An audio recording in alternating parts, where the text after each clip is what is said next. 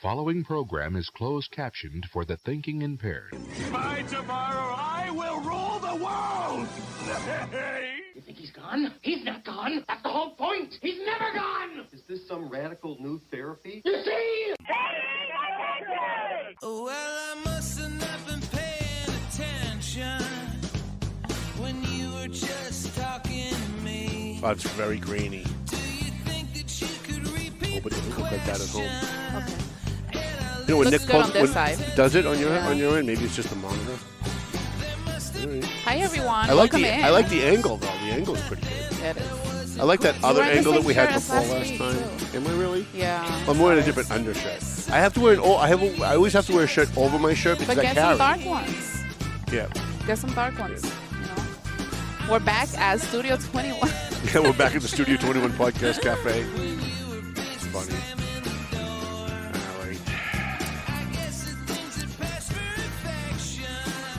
All right. Hello. Welcome in. Yep. Everybody should be Please share, sharing. like, You comment. sure it looks good on your end? Let me see how it looks on my monitor. See how it looks. Let me look on Facebook. Just to make sure. We have a guest today. Yeah, it's hard to look on your phone. You got to do it on a laptop monitor to get the actual pixelation right. I finally got Google AdSense straightened out too. Nice. Finally, lost about $2,000, but yeah, it's still a little. I'm not. Maybe you can grab Nick at some point and Yeah. see if we're not going to use this angle much today because we got a guest. We're not.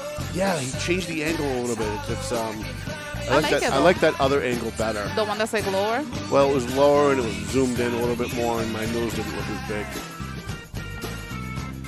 Ba, ba, ba, ba. No, ba ba ba is out of Jeovanny. He's out. no. That's it. He's off the show. Oh boy, Throw he's him outta grumpy. here. He's grumpy today. All right, let's get this show on the road. We have very little amount of time today because we're late. Hi, how you guys doing? My name is Tom Duggan here with the Paying Attention Podcast. Hi atop the Golden Seal Apothecary on downtown Main Street, North Andover, across the street from the plush Valley Patriot luxurious offices at 75 Main Street. I want to thank NCAM, Brian, and Nick, and everybody here, Bill. And who's the other? Dawn? Is Dawn the new intern that we got? We lost It's Jasmina. Anthony. There's Anthony, Anthony, Nick, right. Brian, and Bill. And I thought there was a Dawn, too, but maybe I'm wrong about that. Yep. Let's take our sponsors. We got a little buddy Alejandro is here with us today. Alejandro, want to come say hi real quick? No, he's busy playing his game. He likes coming here. Let's thank our sponsors. We got a lot of sponsors, by the way. If you'd like to sponsor the show, it's $200 a month, but you got to commit for at least 6 months, and we will promote you at the beginning of the show, the end of the show. We'll put your on this side. I always go to the opposite. We'll put your ad here on the show that'll run no matter what camera angle we're using. Let's thank our sponsors. Century 21 McLennan Real Estate. We got to get Matt McLennan in here with the McLennan crew. They've got a lot of stuff going on over there. And the real estate market is just crazy right now. So that'd be a good show. The Zany Pesci Law Office. Did you see The Sexiest Woman Alive? Yes, I with did. Methuen City Council, Jana Zany Pesci. Reading the June paper. Reading the Valley Patriot in Venice, Italy, which I think is kind of interesting. Although, you got to see the dress she's wearing today. That's the dress she should have been wearing when she was reading the Valley Patriot. That's all I'm saying. Marsan and Son Construction. Speaking of Ronnie Marsan, he's the president of the Methuen City Council. I appreciate his advertising. He's got a problem now. So Methuen City Councilor Ali Safi resigned yesterday. Yes, I saw that. And I love Ali Safi. She took a lot of shit on my Facebook page. West Council, yep. West Council. She got elected the night that Neil Perry originally got elected mayor. We love Ali. I supported Ali. And she's one of the few councilors that's never been on the show other than the debate we did because she's not controversial. She doesn't fight with anybody. She doesn't cause any kind of controversy. She does her job. She doesn't throw jabs at people at the council table, right? Her name never comes across my desk. So we never talk about her because she's just quiet. Like she sits there and she does her job and she goes home. So we're going to miss Ali Safi on the Methuen City Council. I kind of wish she had left a little sooner so that they could replace her. Yeah. Ronnie Marsan's problem now is he's going to have a 4-4 council. He's going to have an 8-member council, which means some votes could be 4-4, which means it will fail. We'll see what happens. We'll talk about the Methuen City Council races next week. Okay. EIS investigation and gun training. I'm trying very hard to get intern girl to go for her gun license. And I'm also trying to get my friend Nancy to go for her gun license. And the answer that I get from most women, every woman should have their gun license. I don't care who you are. The answer that I get from most women is, yeah, but I don't know if I really want to have a gun in my house. That's not the issue. The issue is you want to have your gun license. So if, God forbid, tomorrow someone starts stalking you, you don't have to wait 6 months to get a gun. You've got your gun license. You can go get one if you want. Just because you have a gun license doesn't mean you have to have a gun. And I think every woman, I said this to my daughter 6 years ago, she finally did go out and get her gun permit. Every woman should have a gun license. Every woman should have a gun license. I agree. Because then if something happens, it takes you 6 weeks or more to get a gun license in Massachusetts. No, I'm definitely going to get my gun license. And there are, sometimes women have a stalker or an ex-boyfriend or something happens, a dispute, their life is in danger for whatever, or they feel their life is in danger, right? Scary. And you don't want to wait 6 weeks to be able to protect yourself because the bad guys know that too. So if you've got the license, you can always go get yourself a gun. Tomo and Shaken Seafood, JG's Ice Cream, free shout-out to JG's Ice Cream. We love the Jafrida brothers. Clear Path for Veterans New England. AFC Urgent Care, by the way, AFC Urgent Care. Zaka, who owns AFC Urgent Care, and I went to a new, it's new for us. We didn't know it existed. It's been there for about a year or two. A new restaurant in Lawrence called Jason's Korean Barbecue. It's next to Jay Bryan's, right by the bridge that goes to Andover. By like the highway entry. Yeah, and I'd never been to a Korean barbecue before. I didn't realize you had to cook your own food. Kind of seems weird that you pay people to cook your own food, but it was really good and it was fun. Like we enjoyed it. We had a good time, so we're going to be going back. If I'm going out, I don't want to do that. Yeah, cook my food for me, damn it. Right, I get it. Pleasant Valley Landscaping Contractors, Enterprise Bank, which I think officially becomes Rockland Trust starting August 1st. Prime Insurance, the Doug Mercurio Law Office. We got to work very hard to try and get him in. He told me he's not getting any phone calls from his ads. Now, really? that's very rare for my advertisers to not be getting phone calls from their ads. So I'm asking you guys, as a favor, if you need insurance, you need to call Prime Insurance, call Doug Mercurio, give him some of your business, or we're going to lose him as an advertiser. We can't afford that. I have bills to pay. So if we got friends out there that need, where is that? I keep pointing to the wrong direction. Where did the camera? It's right here. Oh, it's right there. It's a new camera. All right, that's what it is. Maybe that's why we're getting changed it because pixelated it's too. here. I gotcha. W3ON, who did a lot of work on the website this week. I appreciate that. A free shout out to Terramar Mexican Grill, where we're having our flash mob dinner on the 28th. Giovanni should join us. Come join us on Monday the 28th. We're all going to go to Terramar Mexican Grill on South Broadway, and everyone kind of like pays for their own dinner, but we're all going to take pictures, post it online, and help them get publicity to get and they're not advertising, so it's not like we're doing this for money. We're just doing it because they won the Taste of Lawrence. So I saw you at the Taste of Lawrence. I knew you had a good time there. I know that you liked vodka because I was watching you at the vodka table. And so we're going to be there. And then, oh, you got to be kidding me. And then the other, we're Quality Catering, which is where we're going right after the show to take pictures of their food. 4-Star Lighting and Stadium Chiropractic. In the studio with me is Jeovanny Rodriguez. I do want to spend 1 second, though, on what's going on in Haverhill with the death of this guy in Haverhill custody. We've watched the videos. We've posted the videos. I understand there's another video out there that someone is sending me that closes the gap a little bit on when the cops tackled this guy, brought him to the ground. There is an investigation. The 4 officers or 5 officers involved have been suspended. I may spend the entire show next week on this because there's a lot of speculation, and I just want to caution people.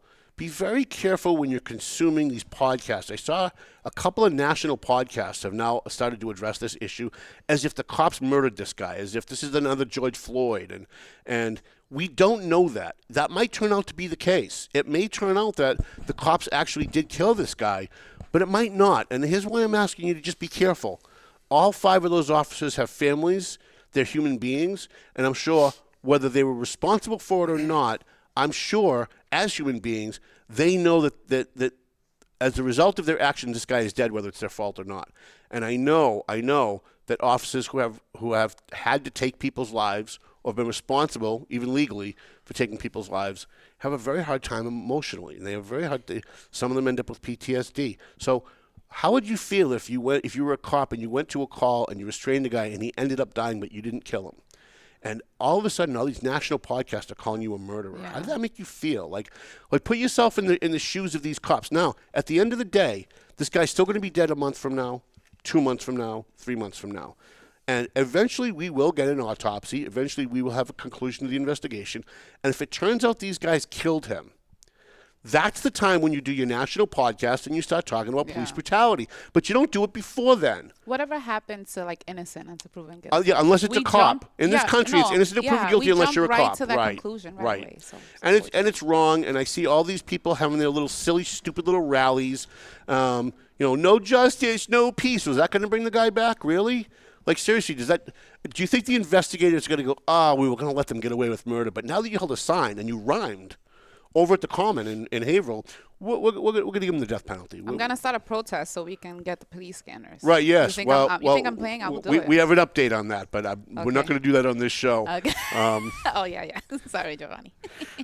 He only has a limited amount of time, so I'm trying to get through this real quick. Did you see the 78,000 hits that we got on that video, yes, the newest video? Did. So I'm going to try and have that on the Valley Patriot website. Yeah, I made no money on that, unfortunately. You will. Give it time. In the studio with me, I've got 10 other things I'd love to talk about, but we've got a great guest in the studio. Very hard to get this guy, I got to be honest with you.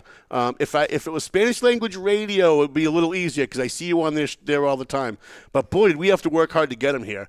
Lawrence City Council President Jeovanny Rodriguez. Now, a few things on this. He just became council president 2 years ago. Up until that point, it was Mark LaPlante, who I think we all admit did a good job at it. And I heard some of the councilors say the night that Jeovanny got elected, not that it's his fault, that we need someone who represents us. We need someone who's a Latino to be council president. Petty. Shame on all of you councilors who voted. If you're going to vote for Jeovanny to be council president, do it because he's going to do a good job. You don't do it because he's Latino. That's a slap in the face. Jeovanny, since you've become council president, there's been a lot of things going on the council. First, introduce yourself. Introduce yourself. Tell people who you are. I know you're running for re-election, and I'm supporting you for re-election. And you sure? Absolutely, and it's not making my friends on the DePina administration very happy. You sure when I said that? But be careful. Yeah, but all right, well, my name is Jeovanny Rodriguez. I'm the city council president for the city of Lawrence. I've been elected as a council for 10 years, and I was a school committee member. That's right. I forgot about that. Yep. Remember, we had things in common. Yep.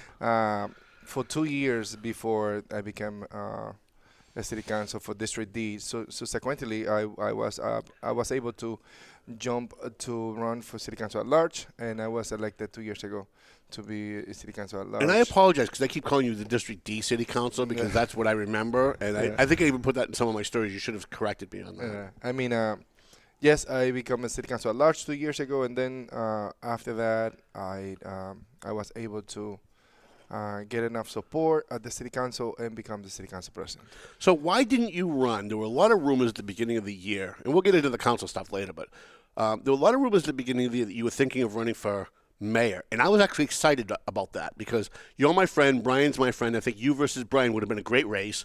I think it would have been a much closer race than I think it is at least right now with Manny. I think Manny's got a lot of work to do. He can still get there, but he's got a lot of work to do. I think it would have been easier for you. Name recognition, you're already elected, you already have a campaign team, people like you. Why didn't you run? Like, why did you step back and say, no, this is not for me? It seemed like that would have been perfect for you. If you had jumped in at the beginning of this race, I think this would be very different right now. Well, essentially, at the beginning, I was considering, and that doesn't mean that I'm not going to consider in the future. Definitely, it's something that I have a passion about. I'm a public servant.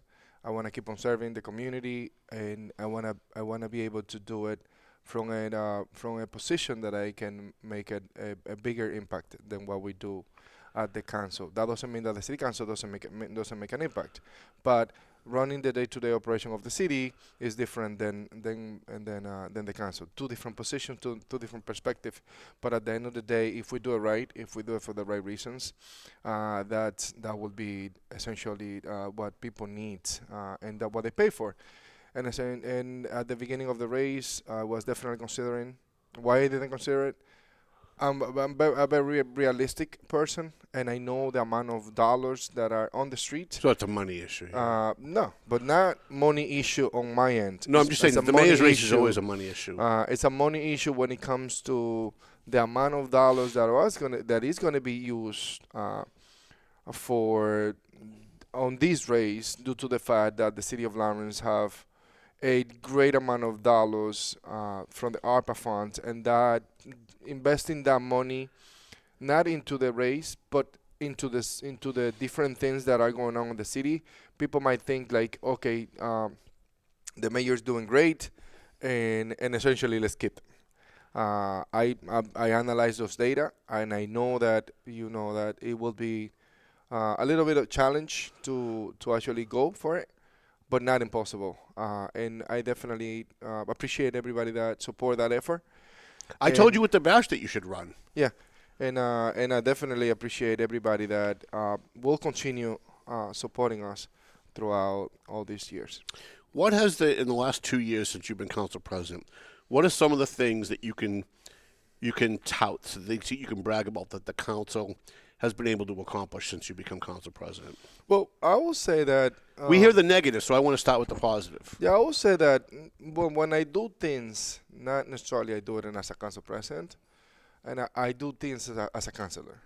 And for the last 10 years, I have made impact within the community to make positive things happen throughout the city of Lawrence. We have created policies that ensure that the city of Lawrence have a substantial amount of support and financial stability that allow the city to be in a good position.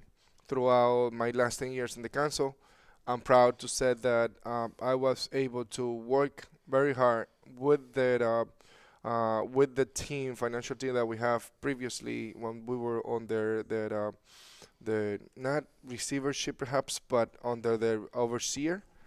You still have an overseer, though, right? Lawrence still has an overseer? No, So you do no more overseer. It went out the last. But you do have a CAFO. We do have a CAFO.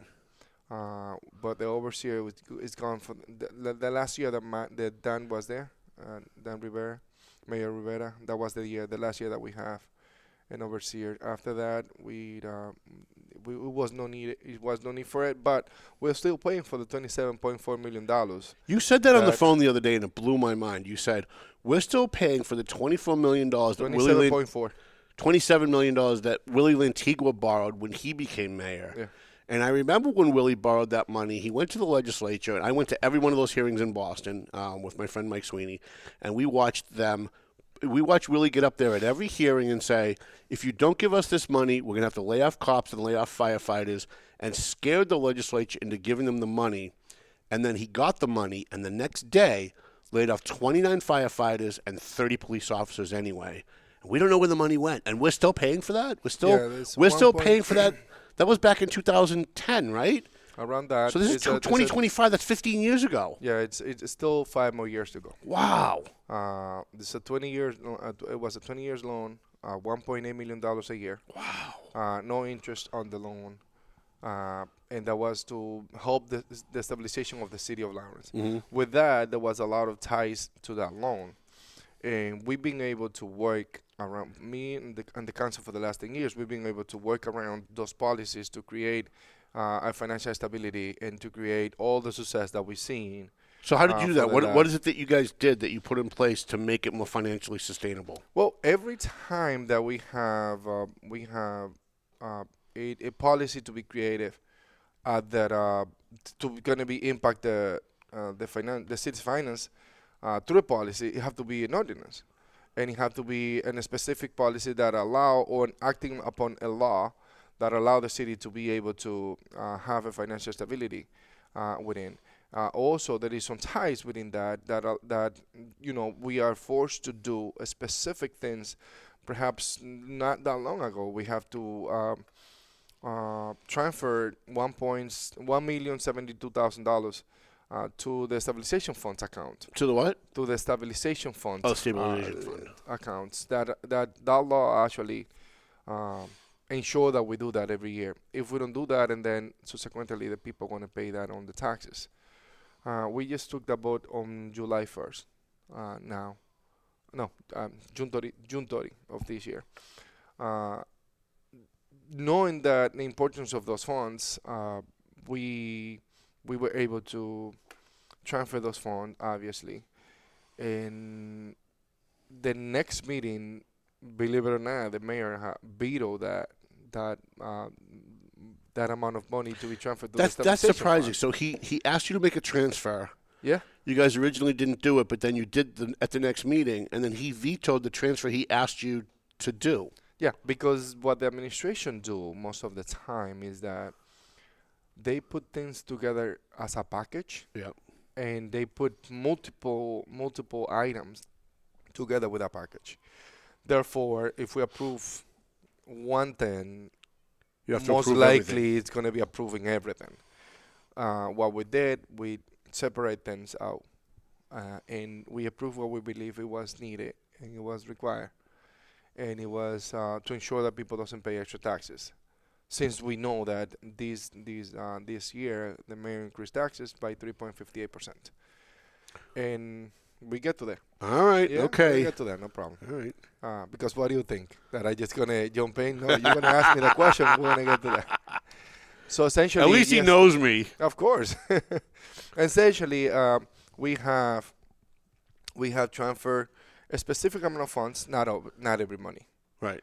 to different accounts, and that was one of them. He vetoed it because he didn't like the fact that we actually cut it through, and not approve everything he wants. And that's been the approach of the administration so far, that we put things on all together that look good, but if you look into it, sometimes there is issues within. But it's a challenge because you always wanted to see individual things, individual pieces, and be able to hold people accountable for each piece if we have to get to that point. So that was the case. We approved it, and then the next meeting he vetoed it. But he knew that if the veto goes through, taxes was going to increase. He rescinded his veto himself. He sent an email to the council. He stand up on the podium. Not the mayor itself, but his advisor. Like always, we never see Brian 5 times only. in 2 years. Octavian, you guys love each other. I know you do. No, we definitely respect each other until some comments he made last time. That'll pass too. But essentially, he is within his right. But we're playing right here, right there, and then don't cry when something go back to you. Right. So That was my point. But thank you for making No, it. no problem. That's fine. So essentially, he vetoed it. Octavian sent an email. Octavian Spano, which is the advisor of the mayor, and he came over to the city council and actually said as of why he was rescinding his veto. I guess that at that point they understand that if the veto goes through, the people weren't going to get more taxes. Right. So that was one thing that it's kind of like odd, but it is what it is. Yeah. Now you said that the mayor raised taxes 3.58%. Not Yes. exactly true though, because the mayor raised taxes 2.5%, which is 2.5 is the legal limit. The rest of that is new growth. That means people's home property values went up. So obviously they're going to pay more taxes. That's a good thing. That means that what the mayor did was he made people's property values higher because the city's doing better, right? I love your analogy. Well, listen, if I'm a homeowner in Lawrence and my property value goes up, that means if I sell my house, I can make more money. So obviously my property taxes are going to go up based on the current rate, and then he added 2.5 on top of that. So it's not exactly right to say he raised taxes 3.5. He raised 2.5. And the rest of it is new growth. You can't really count that. Well, essentially, and the way that you are analyzing it is very good in the favor of the mayor, but that's fine. Well, it's just what it is. It is now. We deal with that in Methuen all the time. They claim Neil Perry raised taxes, but he didn't. He made the city better, so property values went up. So people paid more in taxes, but he didn't raise them. No. Because what you're saying is that when the city become better, the property values goes up. Right. That's one thing. That's controlled by the market, not by the mayor. Well, it's both, right? No. But and then if you're a bad mayor and crime goes up, even if the market does well, your property values still don't go up. Yeah, but I mean, that's not what the new growth means. That's the value based on the market, what you're defining. What the new growth means is if this building get built up, and then this building add value to the new growth section. So it's three part that the taxes goes up by the tax levy, which is up to 2.5%. The new growth, which is basically new buildings and new construction within the city, that's that, and then the market value. The market value is not controlled by us, the government. Is the market that is telling us how much is the value of the house, and that get counts based on the value of the property from 2 years ago, a year ago, 2 years ago. So if your property there is bunch of sales around your house, and those value or those property get sold for a tremendous amount of money, based on that, that's how they determine the value of the property around your area. But that's the market. It's three different things.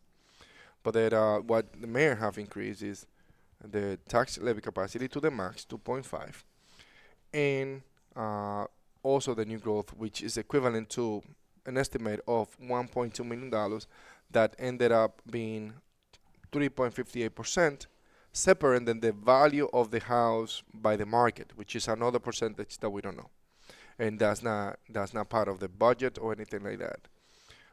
So it's three different impact on property value. Can I ask, what was the reason for the veto that he gave? Was there something else in the package that didn't go through, or what was the reason for the mayor not approving? That was a good question that we have, but we didn't get the opportunity to discuss that. Oh, okay. They never sent an explanation as to why they vetoing it, or they sent a short explanation, one sentence type of thing. But out of that short one sentence explanation, there is 20, 25, 30 questions maybe. Okay. But we didn't get to ask that. There was other items, as I explained at the beginning, that they were in a package, and we actually just understand that it was needed. For the transfer was needed for specific things, and other things might continue the conversation later. Okay, so I see that there's a lot of bickering within the council, and maybe that's not the right word to use, but I do see your meetings often. There's a lot of back and forth. The right word is democracy. Democracy? Yeah. You think so? Yeah, I don't know. There's some bickering there, some unnecessary things. Okay, well, if you say so, I respect that. I got to stand with intern girl here. I watch Wendy, and I love Wendy. And Councilor Luzon. Well, she's my friend. So, but you're right, Councilor Luzon. I watch her, and I get so frustrated because she's got such great potential. She's so smart when it comes to certain things, especially financial stuff. And she's a small business owner herself. She's lived in Lawrence her whole life. She's kind of a left-wing lunatic on some things, but she keeps that out of the table most of the time. But I get frustrated when she turns the council table into politics at the local level. When she starts calling this administration corrupt, when she starts asking leading questions of people that are before her to make it seem like something is illegal that's going on when it's not really illegal. And that's my frustration with her, is that she can hate the mayor all she wants, and I know she does, and that's fine, because I love her and I love him, so they're both my friends. But I just wish that she would. You're friends with everybody. Well, that's not true. There's a couple people I'm not friends with at all. Oh, he has some enemies. Not I tell you. Not at the city council. Ask Julissa Nunez what she thinks of me. Not at the city council level. Not at the city council. Well, I have the distinction of being the only guy in this business who endorsed all 9 of you. Now, the mayor endorsed 4 of the 9. I endorsed someone else, a friend of mine that we know, endorsed 5 of the 9. I endorsed all 9 of you. So I don't know if you want to call it lucky or skill or whatever, but it's very rare that I've got an entire council where I endorsed every single person that's sitting there. In Methuen, I think I'm 6 out of 9. Is it 6 out of? Are they 7? No, 6 out of 9. So I do like everyone at the table as a human being. They're not all my friends. So, I'm not friends with Selena Reyes. I like her. We get along. I'm going to endorse her. She asked me to come to her fundraiser tomorrow night. I'm going to go at 6 o'clock, by the way, if anybody wants to go to that. Where is it? But we're not. It's like 6 something Essex Street. It's on El Pez Dorado.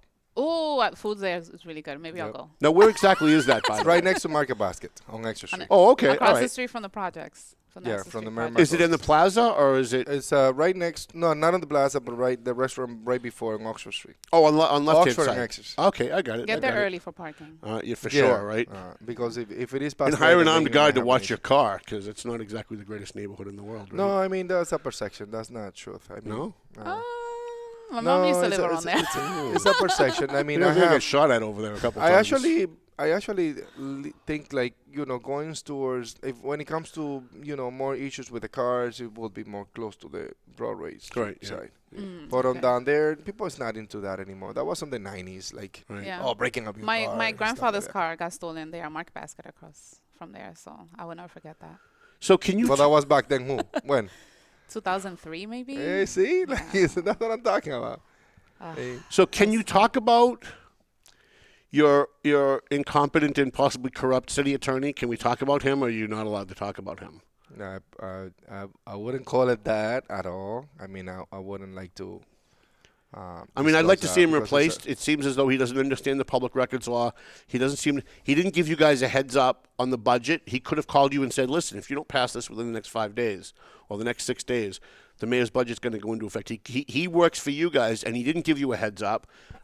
He screwed up on the Scott Wood case. Scott Wood wins his case, right? And he was the one that was putting the stop on that, saying that that the law says that we can't put him on and all this stuff, and then he ends up losing for the city. He's lost a number of cases, and I look at Tim Hooton, who I actually thought was a nice guy when I first met him. He's very easy to talk to, very easy to get along with. But then when you ask his legal opinion, he's all over the board. Like, listen, you're a nice guy, but you're probably not good at fixing my car. Why would I ask you to fix my car? I kind of see it the same way. I would love to see the council either go to outside counsel. Right, I'd rather see the city council go to outside counsel, get outside lawyers, and that way there's no politics. They don't work at City Hall. You don't have to worry about who's corrupting them.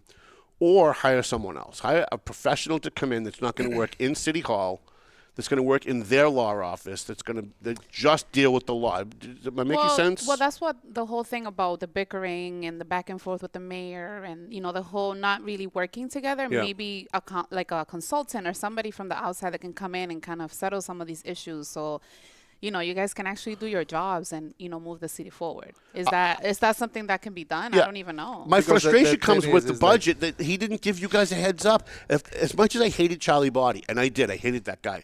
But he would go to the council and he would say, "Listen, I just want to let you guys know, if you don't pass this budget within a week, Mike Sullivan's going to get his budget through on July 1st." And that guy he knew the law. He's the lawyer. He represents you, and he didn't even give you a heads up on that.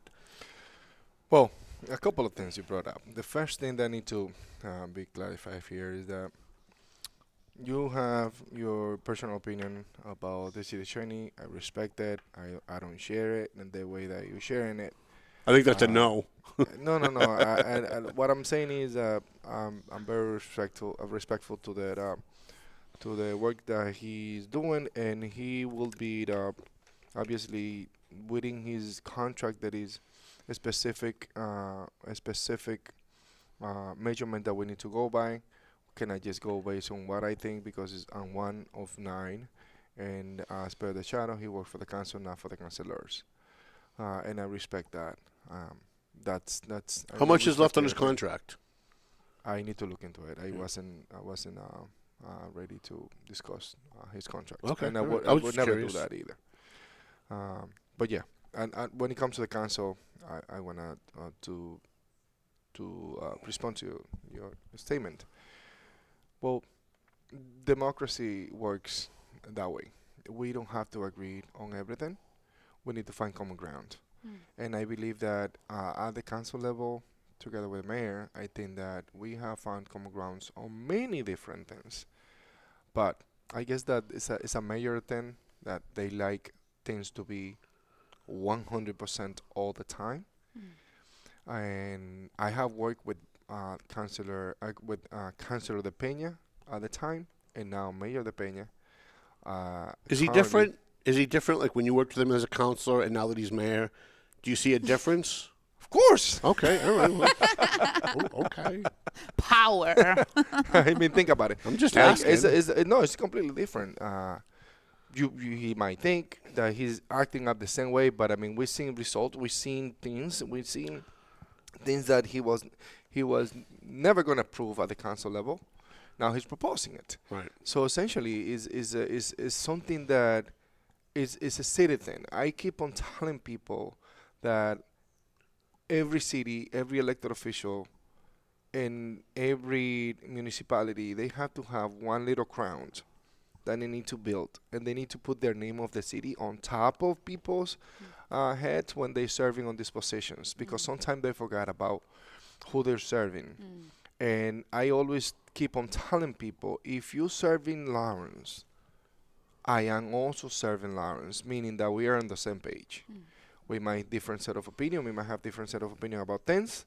You might see this pen as white. I might see it as blue. At the end of the day, it's a color. And if we find common ground for that pen to be serving the community, and then we can continue working together. But politics is the worst career ever that you can ever be, because I agree with that. I'm not even in it. And I agree with that. People ask me all the time, "Are you going to run for office again, Tom?" And I'm like, "No, not ever."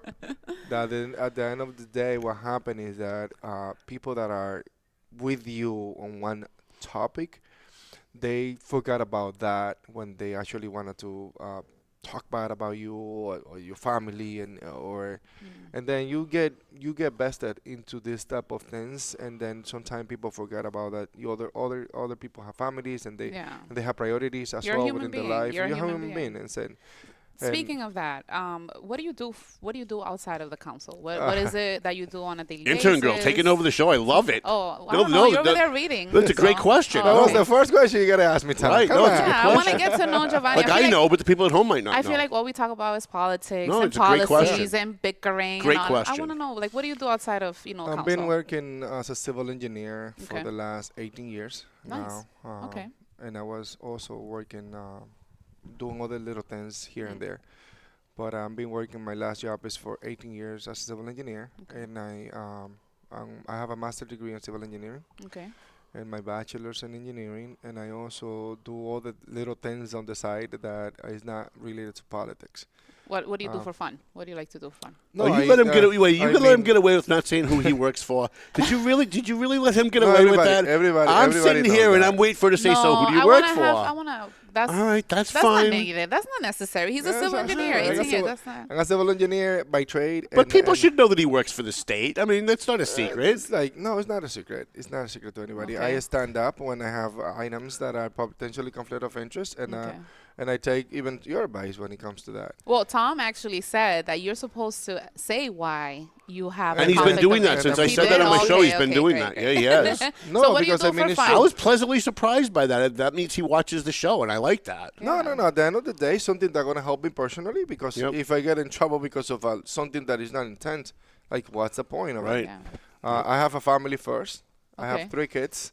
How and, old? My little one is 5. My Oh. middle That's a one good is age. 7. Yeah. He's 5'2".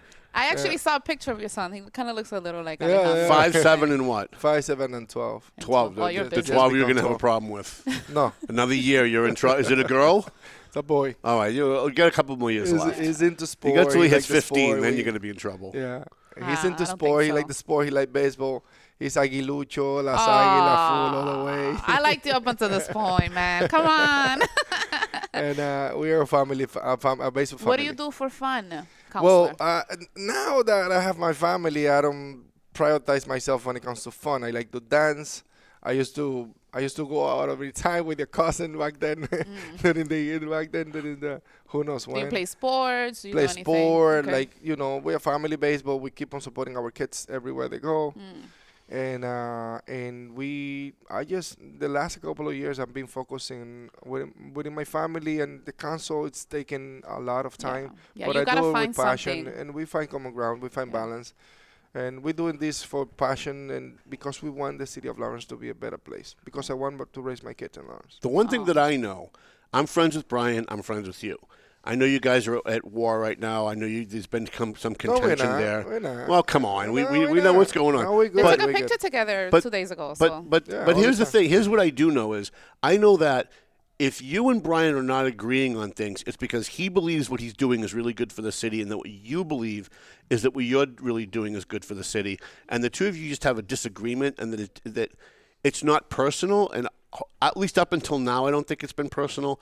And I'd love to see it stay that way because I love that guy to death. And I love you to death. I think you're both very good people. When I first started supporting you, I got a phone call from a mutual friend who I would walk through fire for. And he called me and he said, Tom, I see that you're supporting Jeovanny Rodriguez. He's one of my guys. That was Mike Gagliotti. We call him the Midget. Yeah. He's the president of Laborers Union Local 175. He does so much for the Valley Patriots. It's ridiculous. And most people don't know what he's done for us. He's done tremendous. And when he first called me, he said, it's good to see that you've got good judgment, that you're supporting Jeovanny. He's one of my guys. I love him. Do anything you can to help that kid. And so that's why, like, even when we disagree, I'll call you on the phone privately and say, hey, this is what I think you should do, or I think you're wrong about this, and we can debate it and discuss it. And you never have to worry about me revealing what we talk about, because that's how I operate. I don't operate if you talk to the Tribune and you say this is off the record, it's never off the record. If you talk to Channel 7 and say it's off the record, it's never off the record. With a reporter, there's no such thing as off the record. And when I started this business, I started it with the attitude that let's do the opposite. It's always off the record unless we say we're going on the record. And so when I first called you and said you're running for school committee, can I interview you? Can I talk to you? You were very open. You were easy to get along with. I asked you questions. You actually answered them. And I hung up the phone and I said, you know what? Mike Gagliotti is right. This is a good kid. And I'm glad to see that we don't always agree, but I'm glad to see that you've elevated yourself to where you are right now as council president. And I'm kind of proud of you. I think you're doing good for the city. I don't always agree, but I think you believe what you're doing is good for the city, and I'm always going to respect that. No, and I appreciate it, Tom. Since the beginning, you have support our efforts to keep on serving the community, and we're going to keep on doing that. And you help TMF, which is also like another big thing for me. That was a huge argument. I remember, every vote on that situation with the TMF. We may be coming back. we may be calling on you again. Well, we actually have a suggestion for someone from June Fisher. She says she would love to see all the council over at TMF one of these evenings, if it's possible. Well, you'll never get Mark LaPlante. But you'll never get Mark LaPlante. But 8 of the 9 you probably could get there at some point. Why not Mark? Stop. Don't Mark think for him. Don't speak for him. I'm going to speak for him on this one. I'm telling you, you're not going to get Mark LaPlante there. I like Mark. Mark's my friend. Mark's been my friend for 40 years, 30-something years. But he has a very different view on this, and it's kind of the same Dave Abdu kind of view. It's that St. Patrick's cor unum kind of view, and it's, we just differ on it. It doesn't make him a bad person. He's just wrong. Whenever you have a disagreement with your friend, you just have to realize that they have the right to be wrong, and he's wrong. Yeah, I remember that. And Giovanni's right, by the way. Giovanny supported us, and Mark didn't. Yeah, I remember back then when we were having those discussion for the permit at that Berkeley garage, how it went right, and then the mayor vetoed it, and we didn't have enough vote to override the veto. People that voted in favor. Maria de la Cruz took a walk on us that night. I was very disappointed in her. I love her to death, but and this and that, and then you guys ended up being on South for a year. That was tough. Because we had no overhang. So when it starts to snow and rain, it's raining on the homeless, like the paper plates, and it's hard to eat, and you can't keep the food hot. And it was very difficult. And now the police chief is pushing us out of the garage again. And so we're going to be coming to the council looking for some kind of help to go somewhere else, or maybe stay there. Who knows? Just maybe once a week. We can. Well, it's an issue, right? So. I don't want to be at war with the police department. I love the police department. My father lived and died for that department, so did many of my uncles and cousins who worked there. But we may at some point before April come back to the council and say, we'd like to do this somewhere else, or we'd like to find some other way to accommodate what we're doing. The chief's answer is, no, go to another community. And that's never going to work because this is where the homeless are. This is where the drugs are. And I know that the police department's attitude is, and they really believe it, that these homeless people come here for the services, but TMF serves dinner 3 hours a week. They're not coming here for a 3-hour-a-week dinner. They're not coming to Lawrence from Boston for a 3-hour-a-week dinner. They're coming here because this is where the drugs are. And if you listen to the U.S. Attorney's Office when they did that big raid 3 years ago, when the feds came into Lawrence and did that big raid, and they arrested over 100 people, he said that, and I might get the actual numbers wrong, but it's close. He said that a finger of heroin in Lawrence, if you buy it in Lawrence, costs about $150 to $200. And if you take that same finger of heroin up to Concord, New Hampshire, it's $500.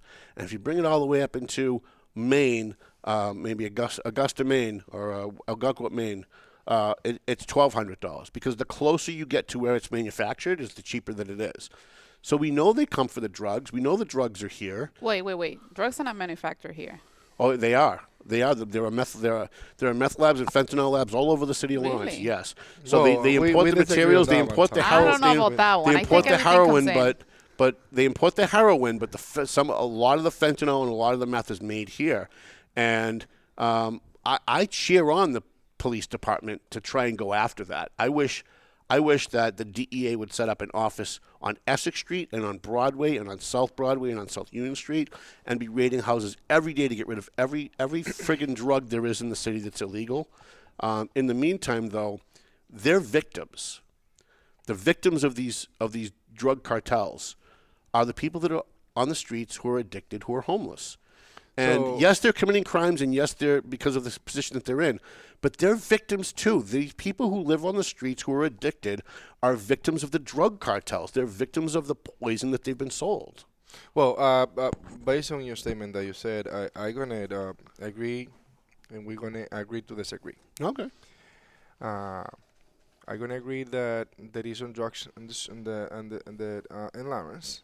There is a distribution issue in Lawrence. That is more than consumption, and there is people that come here to Lawrence because of the drug situation, or because it's easier to get the drugs. I agree on that. When it comes to the manufacturing, we all know that we have a big issue in this country when it comes to the consumption of drugs. Mm-hmm. The United States in general consume about 95% of the drugs that is produced around the other countries. Mm-hmm. And we are only 5% of the total population of the world. Right. Jesus. So is the issue here is not just a particular issue or a point issue from Lawrence. Obviously, we have a distribution issue there that we have to focus on. That I will support big time, focusing on that. But it's not like we have labs back and left and right around the city. We disagree on that completely, and I'm going to Wait, what are we agree to disagreeing disagree. on? What are we disagreeing on? I disagree that we have labs all over the place in Lawrence. Oh, but because it's not. they not get like rated that. on a regular Because basis. how come you have that data? Well, I get it from Based the on US, what? I get it from the U.S. Attorney's Office. That we have how many labs? I get the press releases. So they know what the labs are. Well, yeah, because they're raiding them all the time. So they find the pill presses in a basement Tom. somewhere. It's would not it like be that, a though. lab, or would it be cutting it? Because it's different things. Well, when they find the pill presses and they find the machinery that is used to create some of this stuff, you could call it a lab, you can call it something else, but it's being made here. That's the point. Is it's being made because here. I mean, if The heroin gets imported, but the stuff they cut it with is made here. The pill presses are done here. Like when we're talking about a lab, if a manufacturer place Like that you chemistry, actually make the drug from 0.0 to the end product, that's not happening. It could happen. I think it's a distinction without a difference. It's being manufactured here, whether it's 0.1% or 50%. If the raw materials come here, the pill presses are here. Fentanyl comes from China, doesn't it? What Mostly comes in from China. I think? The raw materials and the fentanyl come from China to Mexico up through into the country and through the Dominican too, but mostly through Mexico.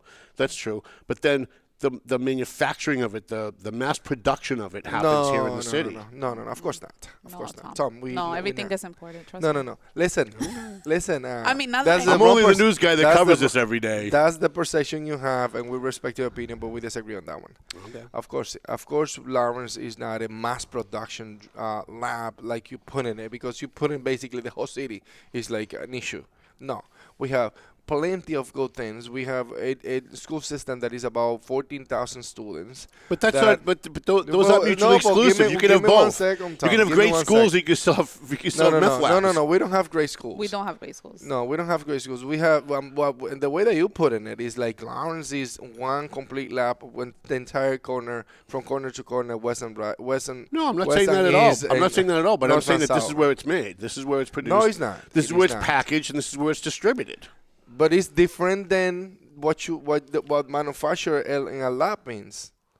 That's a Well, you you have a can completely play a different word perception. definition, but the point is that they come here for the drugs. They come here for the drugs. This is where it's the cheapest because this is where it's distributed and this is where it's made. This is where it's packaged and this is where it's distributed. And the governor of New Hampshire has said it. The governor of Maine has said it. And they're wrong. The president has said it. And he's wrong. The DEA has said it. And the U.S. attorney has said it. And so they're all and wrong, but the city councilor in Lawrence is right. I think by now we would know And at the way least that one you lab. and the way that you want to put it is like basically you want us to follow some news and take it as a good and valid, and then take other news per se, and then not take it as good and valid.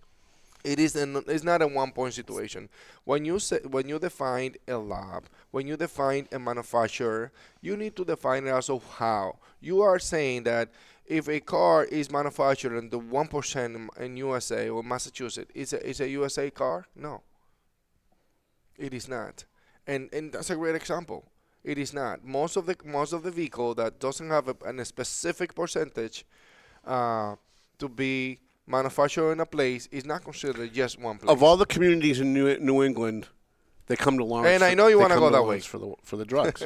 And I think if we stopped being like Dan Rivera and denying it, and we actually admitted it, we could actually tackle the problem and say, here's the mistake Dan Rivera made. Trump came out and said Lawrence is the hub of the drug problem in New England, right? He came out, the president of the United States, and Dan Rivera had the perfect opportunity, and he got up and he said.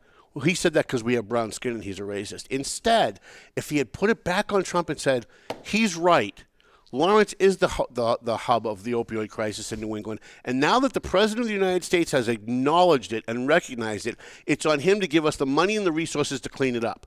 And he could have done so much more for Lawrence had he taken that position where, by admitting that this is the problem, they then could take the next step to fixing that problem by bringing in the feds and the state and whatever resources that you need. Put it back on the feds and say, now that you've recognized the problem. See, by denying it, it doesn't get solved. If you admit it and say this is where the problem is, now you put it on them to solve it. And if it doesn't get solved, it's not your problem. It's not your fault. It's their fault.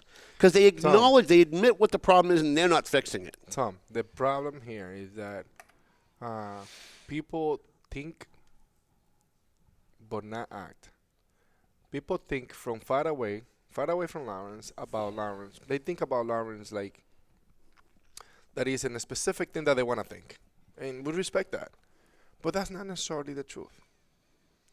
And until you come over to the city and you drive around, you eat, you stay, you go around and you get to know the community, and then you have the right to talk, but you have the right to be judgmental, but you don't have the right to have fact. I agree with that. I agree that a lot of people who have an idea in their head about what Lawrence is don't spend a lot of time in Lawrence. I agree. I agree with that. Don't even come. I agree with that. But I'm in Lawrence more than I'm in North Andover. I'm in Lawrence a lot. You know, because you see me. Yeah. And I know what I see. And I see Lawrence on the move. I see Lawrence getting better. Mm-hmm. I see the quality of the streets getting better. I see finally a shift in the police department where things are getting better. I see the fire department not exactly getting better at the moment, but I think that they're well on their way. I think the property values are getting better. Why not in the fire department? Because you've got a transition going on where the fire chief left. There's some controversy there. I think a little bit more money needs to be spent. I think the guys need to be paid more money. That contract should be taken care of. I think we need new fire stations. I think those fire stations have been falling apart for decades. So I think the fire department needs more attention. But overall, I think Lawrence is doing better. But I think there's a glass ceiling. I think Lawrence always improves to a point, and then everybody kind of circles the wagons, and they're so afraid someone's going to badmouth the city that they deny what the actual problem is. Like when I sit with the chief or I see him in the city council meetings saying that, that the drug addicts come for the services because of the free needle programs and the methadone clinics. It's just not true. They don't come for the methadone clinics. They come for the drugs. No. This is where the drugs are. And Stephanie Infante even said it one night at a meeting, and I actually cheered at my desk. I'm like, oh my God, a city councilor actually said it out loud. This is wonderful. Tom, start the monology because it's a conversation between the two. So we agree in some aspect. The TMF situation is different than other services. You cannot just judge every service that people with need, in this case, homeless, or drug issue, not homeless, because you could be homeless because of many different issues. I agree. People that have an issue with drugs, you cannot just say, oh, TNF is not like that. Not every service is like that, or every service doesn't have an issue. Yes, we have issues that actually bring people in. There is other issues that are external issues that push people to come here, and then yes, we do have a distribution issue. I'm admitting to that, but it's not. I'm going to meet you halfway.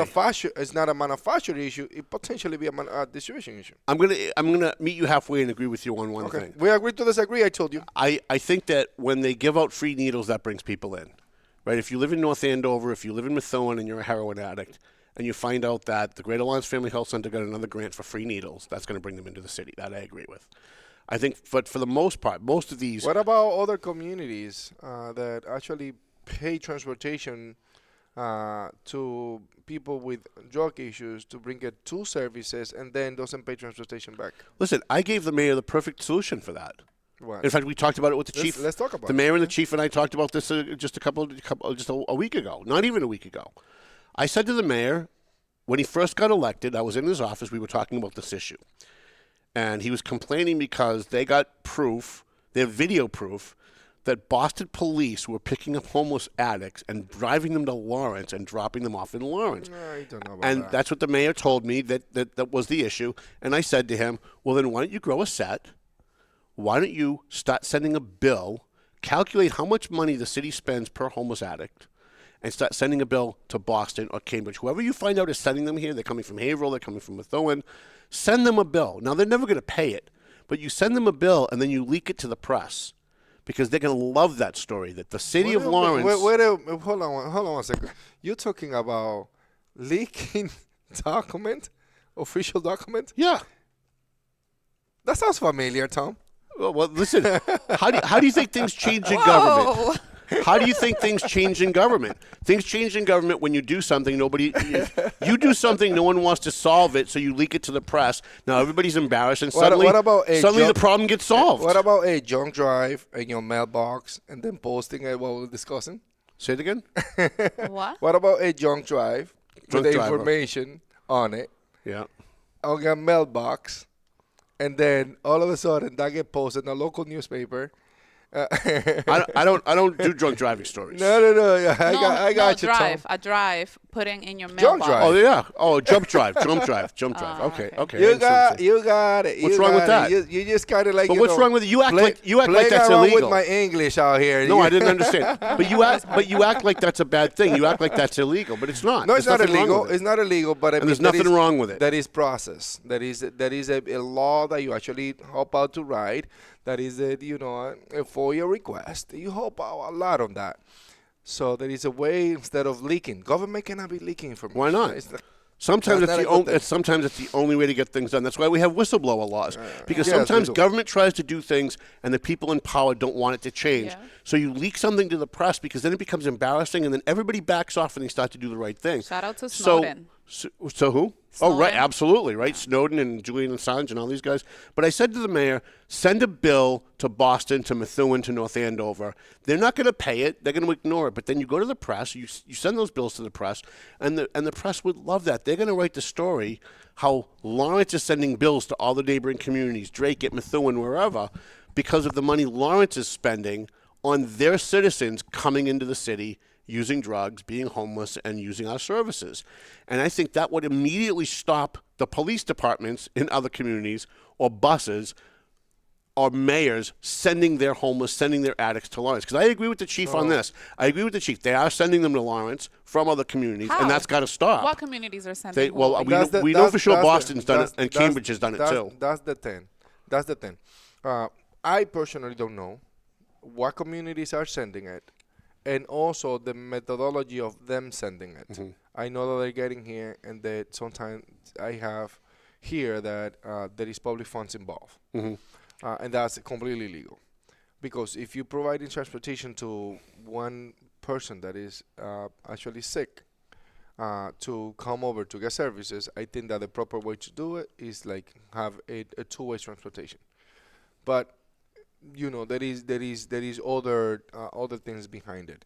But now that you're mentioning homeless and you're mentioning the opioid, I think that it will be appropriate to talk about the opioid settlement funds. The what? And the opioid settlement funds. The opioid funds. Yes. Okay. You have criticized that big time, Uh-huh. the way that the city have been using those funds, and I have brought up that to the city council as well.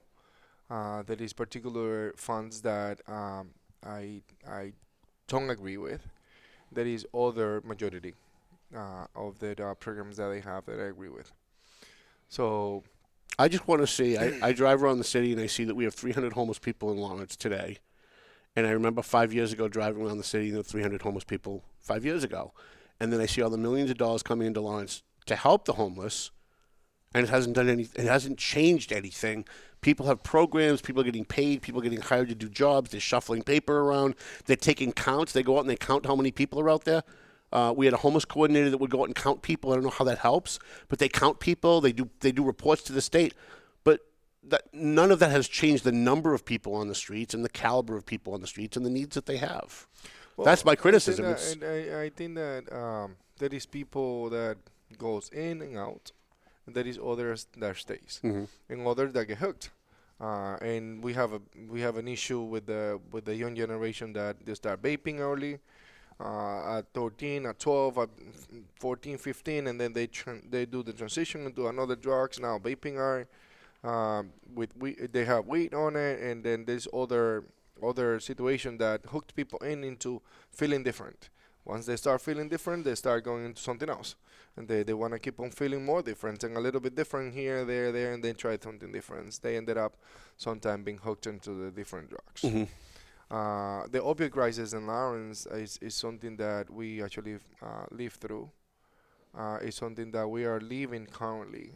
It's devastated the city. It's devastated the residents of the city. It's devastated Lawrence. And The numbers in Lawrence are far worse than Boston or anywhere else. Fall River, Holyoke, Lawrence. The opioid crisis has really made a huge difference in Lawrence in a bad way. per capita, Yeah, not total numbers. right, Because people might think like we all dead. right. So essentially, it is a situation that is very difficult, and I encourage everybody to keep on pushing. The Boston Globe is putting some articles when it comes to the spending those funds. I encourage people to keep on asking questions about those, because those funds are going to be or should be directed to provide services to the homeless, and also be spent in a way that is going to prevent people from using drugs. There is some questions around that, and essentially people are going to find out about different things that we're doing in the city of Lawrence that are great, other ones that are not great, other ones that are bad. Well, I mean, I started looking at this because of the old homeless coordinator that resigned last year, and I looked at the funds that were coming through that office, and what she was doing on the streets with her own nonprofit and trying to get federal funds for her own nonprofit rather than being there to help the people of Lawrence, and I started to think at the time, well, if this is the one we know about, what else is going on with this money? Like, this money comes through the city, going all the way back to the beginning of Dan Rivera's administration. And the city gets all kinds of money for a whole bunch of different things that end up never actually. I'm a big results guy. I want results. So if I'm a city councilor and I'm going to accept the grant money for something, I want to see the results at the end of that grant, and nobody ever seems to ask those questions. So I'm glad you're asking. No, I definitely asked. There is one particular case that is an application for pregnancy tracking. Have you heard about that? Pregnancy trap, yeah. Only through you. A female applicant. Yes, Yes. I've heard of it. I have one. There is one application that they are developing for the city of Lawrence, and they're using those funds. It's about $135,000 that we're investing on that. I criticize that big time, because I believe that it is nothing against the application itself. Is the development of the application that I'm against it, because we as a city, we shouldn't be developing applications. That what we need to do is have an application that is being developed already. And, But is it the application or the person who's going to profit from the application? the application first, and then the person second. The application development is the issue. I'm not against the application. I'm against the way that we're doing it. And in Lawrence, we've been developing this application for pregnancy trackers. We've been using that fund. And, I'm confused though. Can you just slow down for a second? Then we have to go. I know we're over time. What does the app actually do? It tracks people who are pregnant. Like, what is the purpose of it? The purpose of the application is to track people that are pregnant throughout the pregnancy time. So the 9th month of pregnancy, they're gonna. But how does that help? Like, what does that tell us? What do we gain from that? So that's, if I'm not mistaken, a few years ago, I used to be on a health task force for teen pregnancy, ways to prevent teen pregnancy, things that need to go in place. I'm guessing this is the same funding that was used for that in order to create an app. Is that what it is? So what is it? So essentially, they're using this public fund to be able to develop this application that is for pregnancy tracker. It's a pregnancy tracker app. If you go to the Apple app, you're gonna find tons of those that you pay for the subscription, and essentially you get the services from that app. And the problem that I see So it's for women who are pregnant to get services. Not necessarily to get service, to maintain the tracking of the pregnancy, and to keep the what things that are happening with. Yeah, with I the had those. But why should I know what intern girl's pregnancy situation is? Well, first of all, I am not pregnant. No, wait. But hold on. And then the use of that, the use of those apps is what I have an issue with, because we shouldn't be developing applications, and second of all, we should get enough data to be able to support the use of those funds for a specific application.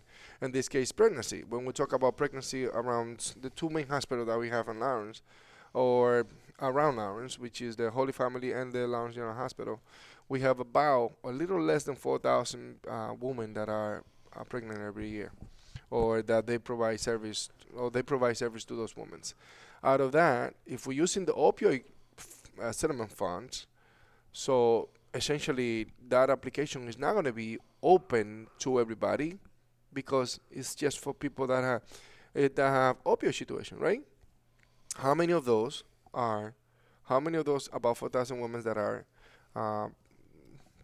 getting service from that hospital a year are going to be on the opioid situation? So it's an amount that we don't know. So since we don't know that amount of females, that not necessarily justify the amount of $135,000 that could be used for a specific thing to provide more services to the homeless, or provide more services. I'm still not sure what the app does. So if I download the app, what do I need it for? Like, what do I use it for? No, you're not going to use it because you're not. Okay, so it's only for pregnant women to download the app. I mean, you never know. It's 2025. So, right, men, your party says men can get pregnant. I'm just saying. Right? So, Tom, you're not going to use it. So you're not going to download it. So if I get pregnant and I download the app, you're going to track your pregnancy. It directs me. Okay, so it tracks like my personal situation in my pregnancy, and then it tells me what services are available that I can get help in. No, it doesn't. It will track your pregnancy. That's right, it. but for why though? That's What's the it. purpose? You're not a female. You don't know. I could track my own pregnancy. I'm pregnant. No, I had an app for both of my children. So You it's had an a app okay. that it tells you every week, what the baby looks like, Oh, what I you should see. expect, All right. if your blood sugar and this, and you need a test for that. Like, it kind of is helpful and to have a tracking. and they help you with appointments and all that Right. stuff. Yeah, exactly. So that application will be available for people in Lawrence for free. Oh. Okay. Once they develop it. Are there because going to we be pay- sponsors within the app? Can somebody pay sponsorship to I have don't know, to be honest with you. I know That would that be the pretty fact that cool. is the problem here is that we're developing it when we have tons of those, like, available online. When you were pregnant, did you pay for those applications? No, I didn't. It was free. It was free, yeah. So the public funds need to be justified when we spend it. We're spending $135,000 around that. Don't quote me on the number, Couldn't because the city then make later Well, on they there's might other say, applications already. Why does Lawrence? thank you so much. Couldn't the city Thank make you. money on that though? If the city was going to develop an app like that, Tom, you sell advertising on it. Tom, The Valley Tom, Patriot would buy an ad. Tom, we we're love not- pregnant women. We're not on the business of selling Especially the way they advertisements. get there. We want to make sure we don't want take to care take of your that. business away. All right, okay. So no apps. So, and now is the second problem Okay. because I say we have two problems, right? The second problem is that the developer of that application, first of all, they were trying to get that application developed through the ARPA fund. At some point, we stopped that. They were trying to use the hospital to use $50,000 from the ARPA fund that we're going to provide to be able to pay for that development, and the clinic that was about $100,000 that we were going to the city was going to provide to the clinic so that the clinic be able to develop that application. And we kind of like figured it out. It's like nah, this kind of sounds like not a good thing. We ended up not providing the money. The money was never fulfilled that way. I would see like a city-wide application, maybe to pay for like your excess Or taxes, maybe or like 311 application kind of thing, right? Or like what side am I parking on, or what updates is there school, like that sort of thing. That I sort think of would thing. be a little bit So better. essentially, the thing is like on this application, and this is what I wanted to get to, is being developed by the daughter of the senior advisor of the mayor. Okay. So, and that was something that we didn't get until a potential conflict of interest was filed. And then we get to know it. And then we were like, okay, it's a pregnancy application tracker. Do we really need it? Through the ARPA fund, didn't go through. And then we get the opioid crisis, the opioid settlement funds, and that get funded. Through that. Through that. Because that doesn't go to council after the fact. We approve the funds with the intent of, look, here's the funds, go ahead and do the right thing. Then we brought it up to the council, and we questioned a lot about that. They ended up keep on going with that with the application. And then I don't know what's the stage right now. I know that he's your very good friend. Well, I'm just wondering. You don't want to talk about it? I got you, Tom. No. I'm the one that kept the conversation going. Should it matter though if it's Octavian's daughter or it's somebody else's daughter? If it's good for the city, and they followed the laws, they follow the rules, should something like that be excluded simply because the woman? No, I don't think I've ever met his daughter, but no. If it's Octavian's daughter, like, should she be excluded because her father works for the city? By the way, it's a stepdaughter. Stepdaughter? That's even worse. What do you mean? Daughters? No, but Tom, look at what I'm saying. Your CAFO has a husband working for DPW, a son working in the IT department. She approves their overtime, and nobody says a word. But if it's Octavian's daughter, suddenly we're all upset about an application. Tom, give me a minute. All right, okay. Give me a minute, Tom. Stop with the monology. Listen, you have criticized the same situation many times, and this you shouldn't be an exception on this. You should criticize that, but it is up to you. It's your judgment. What I'm saying here is that they haven't done it yet. If they do it, then I'll look at criticizing. The application money is already been paid with the tax money. We're not the federal government. The federal government is more related to that kind of like those type of development for the entire country. Is there a bid or the state for government? these? Huh? Is there like a bid, like a proper bid for any contracts for the city? Well, there was a bid, and there was an RP. Oh, okay. And there was a proposal, and then they accepted 130-something thousand. But at the end of the day, what I'm saying here is, Don, that you work with the homeless every week. And you know that the need for the homeless it's huge. Is huge. And you should be defending that. You should be defending that $130-something thousand from the opioid settlement funds are being expended on something that most likely people are not going to use. So you should be on my side instead of questioning me. So I have to find out what the issue is before I can. It's not an issue, Tom. I'm already on your side. Hold I on. heard it all. If I don't even know what the app does, until we sat down today, I didn't even know this was going on. It's I an didn't app know what that's the app, already created. That right, people but what I'm can saying use is, in other until you places. guys explained it to me here, live on the air, I didn't even understand what the app was. So how can I be questioning something? How can I be taking a position when I still didn't understand what the issue was? See, I think one of the things that you guys that means that you're not watching the hold on. One of the things that you guys who are in elected office need to understand about me is that I'm one guy. I'm covering 30 communities. I can't know everything all at once. If people aren't calling me and explaining these things to me, if people aren't tipping me off, if people aren't helping me as one guy, it's not like I've got a staff of 50 reporters that can go out and research this stuff. I'm one guy. And granted, I'm still kicking the Tribune's ass. I'm still kicking Methuen Life's ass.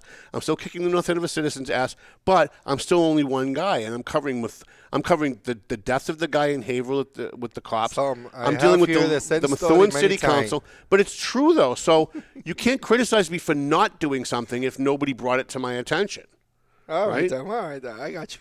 So What's next, Counselor? What I do you got have you. coming up for? I know you're Yeah, you're 'cause going we for gotta wrap up. campaigning, So, re-election. Do you have an event coming up? What's going on? No, not yet, not yet. I have I pull up papers for council at large. I Nice, actually submit my to meet all my signatures today. I'm not official in the valley yet because they need certified. If the people want to support Jeovanny Rodriguez for council at large, I'm gonna be knocking your doors. So I really appreciate to have a conversation with you. Give me the benefit of the doubt if it is any doubt about what we do. I'm being here with serving the community for 12 years with passion and dignity, respect, and I'm not gonna tell you just what you want to hear. I'm gonna tell you. that's the for truth. sure. That's for sure. That's good. That's a good thing. I agree. That's a great thing. It's like we're gonna have a conversation about different issues, and then we're gonna have a perspective. I have 3 kids, and that since I become a counselor, 2 of them were born. So, and that's not yet. I don't have an event planned yet. Well, but invite I us mean, to I your will next definitely- event. Yeah. We prefer Mexican food. Just Well, he's got to come with us, and I'll send him an official invite on our flash mob dinner. If you get reelected, would you try to stay would you run for council president again, or would you let somebody else have a shot at it? I think that I have done a job that it was needed as a council president. You do. Yeah. Okay. And I think that I will definitely continue if I get elected by the council. As a council president, I will definitely will honor that position by serving on that. And I will definitely will keep on pushing for better lives. That means that I'm going to be against the mayor? No. Because I'm not against Brian De Peña. Tell me one thing before we go that you have agreed with the mayor on anything controversial. Like, I don't mean stop signs and stupid little things. Like, give me one thing that you have on a controversial issue that you've stood with the mayor and said, no, I think he's right. If you could think of any. Many times. Tom, last year I have agreed with the mayor over 90% of the time. Because I mean, those are things that are common, for the benefit of the community, that is a continuation of government, that are not necessarily just Brian De Peña's thing, with the tweak that is needed, but I have support at the council level with things that are positive on many things. That is not necessarily controversial, but that's how it is. That's how democracy works. Not necessarily all the time against the mayor. No.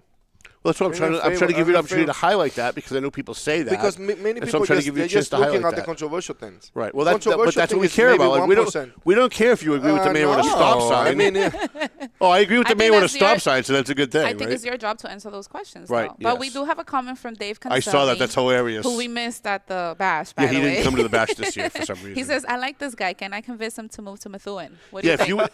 listen, You should come if to you move to Methuen. Methuen tomorrow, you would be council president in a year in Methuen. Methuen needs help. Like, Ronnie Marcian's doing a great job, but the rest of that council has issues. And, boy, let me tell you what they really need in Methuen, if they really want to turn it around, is Latino representation. They need at least 3 or 4 people on that council in Methuen who really understand what the new residents moving in to Methuen are dealing with, what they're dealing with in the Arlington neighborhood. I think far too many of the white residents in Methuen have no clue what's going on in some of the bad neighborhoods because it's so big. And I would love to see you move to Methuen and run for city council. same. They could really use a guy like you, like in a big way. I love All the Lawrence. illegal immigrants coming in, taking over the schools. Yep. I'm gonna stay in Lawrence. I mean, I love my city. I love my community. Thank you to the viewers that are, we try to do what we need to do to move the city forward. All right. Listen, I appreciate Lawrence City Councilor Jeovanny Rodriguez. Let's roll up Mel. Will you come back? Did you have fun? I mean, of course, Tom. I have no issues We're whatsoever. nice. We're nice people, Tom. All right. Well, Sometime. he was expressing privately. He was expressing some concern about coming on the show, Why? and I said, I hope it wasn't because of me. I don't do anything. he hates you. He said that. I just take selfies. I take selfies with everybody, and I'm Right. hated I for go friend that. with your cousin. If not anything, I'm sending a text message directly. He has my personal number. All right, let's take Thank our you for- thank you for sponsors. I coming. love our sponsors. McLennan, Century 21 McLennan Real Estate, Marsan and Son Construction. This is the time to get your construction stuff done. Before you know it, it's going to be winter again. The Zani Pesci Law Office, they handle like bankruptcies and property issues. EIS, Investigation and Gun Training. Tomo and Shaken Seafood. By the way, you're going to try the new Godzilla at Tomo's. Oh, my God. I really like Jeovanny on the chat. Oh, my God. Clear Path for Veterans New England. AFC Urgent Care. Pleasant Valley Landscaping Contractors. Enterprise Bank, soon to be Rockland Trust. The Prime Insurance, the Doug Mercurio Law Office. W3ON, Quality Catering, Terramar Mexican Restaurant, and Stadium Chiropractic. Sounds like Melvin Taylor says you got to go home. I don't want to. So go home already.